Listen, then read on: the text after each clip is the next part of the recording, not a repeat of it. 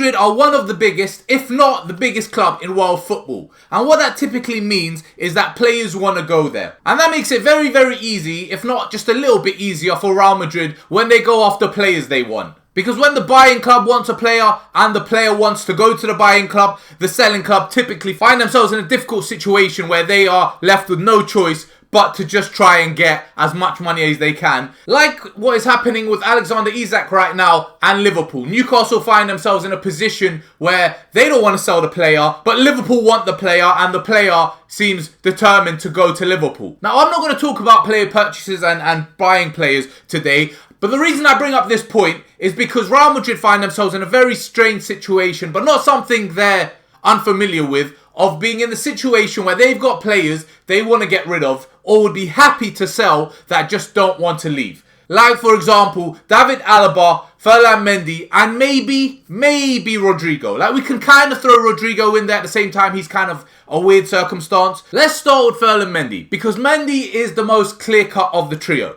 Mendy is it's very, very clear what Real Madrid would want to do with Mendy. Real Madrid have recently signed Alvaro Carreras from Benifica for 50 million euros. If you count Rafael Obrador going the opposite way, it's 45 million euros, but they spent 50 million euros on the man. And they brought him in because Real Madrid need help at left back. Mendy is always unavailable. Always. When Mendy plays, I'm actually like playing devil's advocate here and playing on Mendy's side. When Ferland Mendy plays, Real Madrid look very, very short at the back. They look very, very strong. Well, not very, very strong, but they look stronger defensively. At left back, Mendy is by far and away, and it's not even close, by far and away Real Madrid's best left back. It's just the fact that he doesn't offer anything going forward, but defensively, he is Real Madrid's best left back. Did I say best left back or best defensive left back a second ago? Because I meant best defensive. He's Real Madrid's best defensive left back. Fran Garcia is not that good defensively.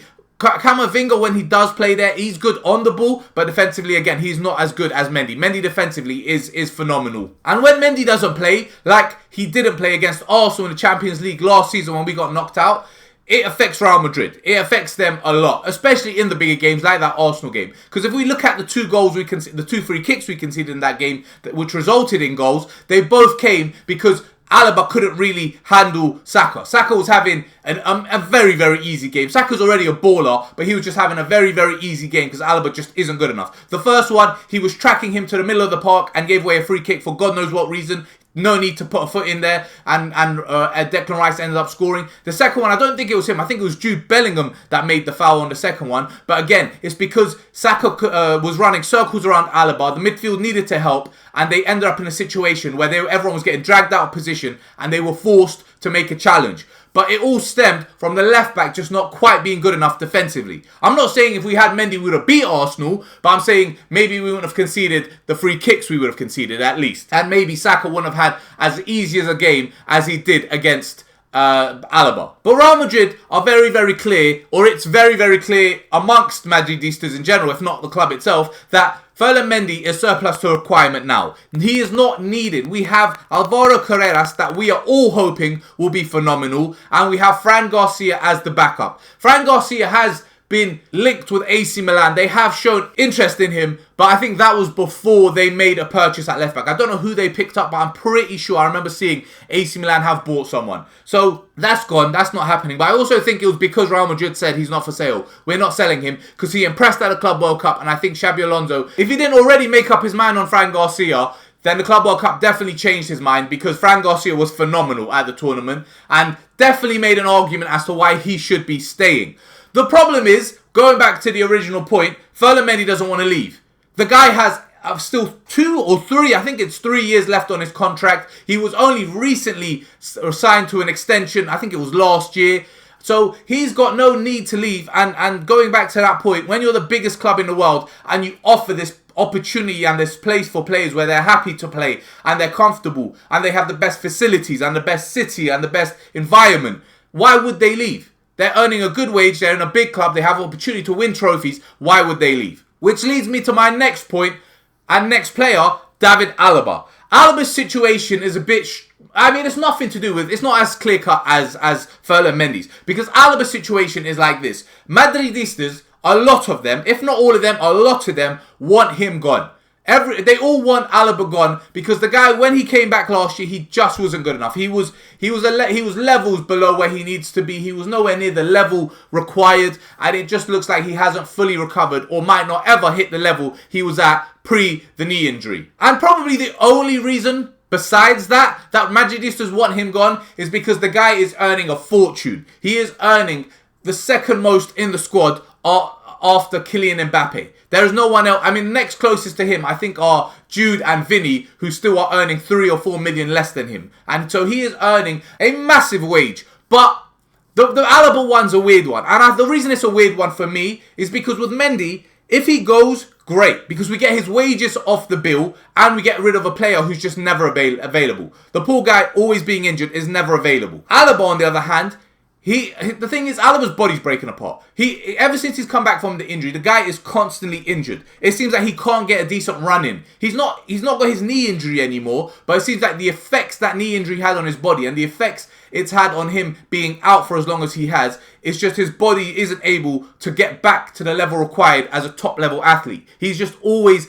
There's just reoccurring muscle injuries. That's the biggest problem. They're muscle injuries. If it's a physical injury, then you just... Okay, don't get in contact with someone, it'll heal or you'll get better. It was unfortunate. Muscle injuries are a problem because something you're doing isn't working with your body. Your body is saying, we can't do that, and the injuries are occurring. And that's what is happening with Alaba. His body keeps breaking down and he keeps getting odd muscle injuries, whether it's hamstring or thigh or whatever he's been getting, he keeps getting them. That's the biggest issue. Personally, I don't have an issue with Alaba staying. Alaba didn't decide his contract when he signed with Real Madrid. Real Madrid decided his contract. Real Madrid deemed him worthy to pick up. Because if you remember with Alaba's situation, when Real Madrid were in talks to sign David Alaba, they still had Sergio Ramos. Real Madrid still had Sergio Ramos at the club, and Ramos, he was reluctant at first to take the contract Real Madrid were offering because they were only offering a year's extension and he wanted a longer length on his contract. Eventually he accepted, but by that point the club said it's too late and we've got Alaba and we don't need you.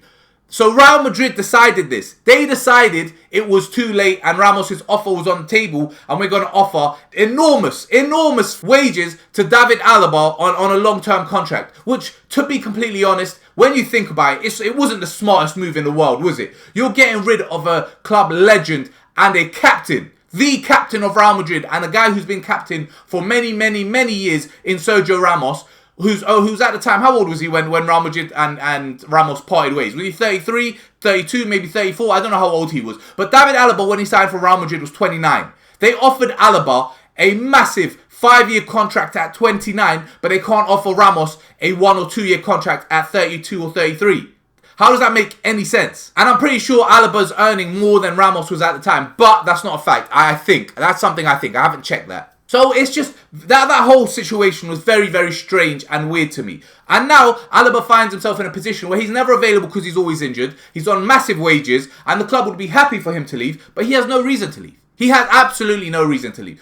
Like I said, personally, I have no issue with Alaba staying. I don't care about his wages. I don't care about how much he's earning. I care about the fact when he is available and he is ready to play, Alaba is still a decent centre-back. He is still a decent left-back. He still offers cover. He is not going to be a star at Real Madrid anymore. He is going to be a squad player. And in terms of squad player, if he can get anywhere near the level he was before his injury, that is a phenomenal squad player to have for one more season. So just in regards to what he can offer on the pitch, I'm still very happy with Alaba staying at Real Madrid. I don't have any issues with that at all. But the biggest problem, like I said, is the fact that he's never available. If he's never available because he's always injured, but he's still earning these wages, that is a problem. But that, again, that's not his problem.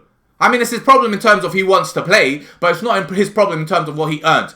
Real Madrid deemed him worthy of that contract 5 years ago. So we can't really stick it on him now and say he's not worthy of that contract or that amount, because that was something signed 5 years ago, and at 5 years ago, Real Madrid signed that contract and nobody was complaining. In fact, if I didn't say it already, he's one of the reasons we've won a Champions League, or maybe 2, in the time that he's been here. He was involved in those Champions League trophies and played a part. So whether he's worth it or not isn't the point, and I don't care about that. So for me, just to conclude, I just think if Alaba's available and playing, I have no issues with him staying. Zero. Moving on to the final player, Rodrygo. Now, Rodrygo, I've spoken about Rodrygo various times over numerous videos, so I don't even want to spend too much time on him here. I just want to real quickly, my opinion, I'm happy with Rodrygo staying. He had one bad season last year, but prior to that, the season before, Rodrygo was phenomenal. He was phenomenal. What did he have? He had like 17 or 18 goals and 14 or 15 assists or something along those lines. He was fantastic the year before. One bad season shouldn't be the determining factor as to whether you think a player is quality or good or should be staying or leaving the club. Because if he's not good enough, Vinicius Jr. is also not good enough because he also had a very bad season last year, as did many players in the squad. Real Madrid had a bad season last year. So my stance on Rodrygo is always the same and has been the same. I'm very happy for him to stay, and I want him to stay. And he seems happy to stay. So I don't know what's going to happen with him, but the original point, when you're at the biggest club in the world and you have the best environment around you and you have the best facilities and everything is set for you to perform at your best and be at your best and it is ideal for you and you're enjoying life, why would you want to leave? Right? So why would you? But anyway, I am going to call the video there. Thanks for watching and peace.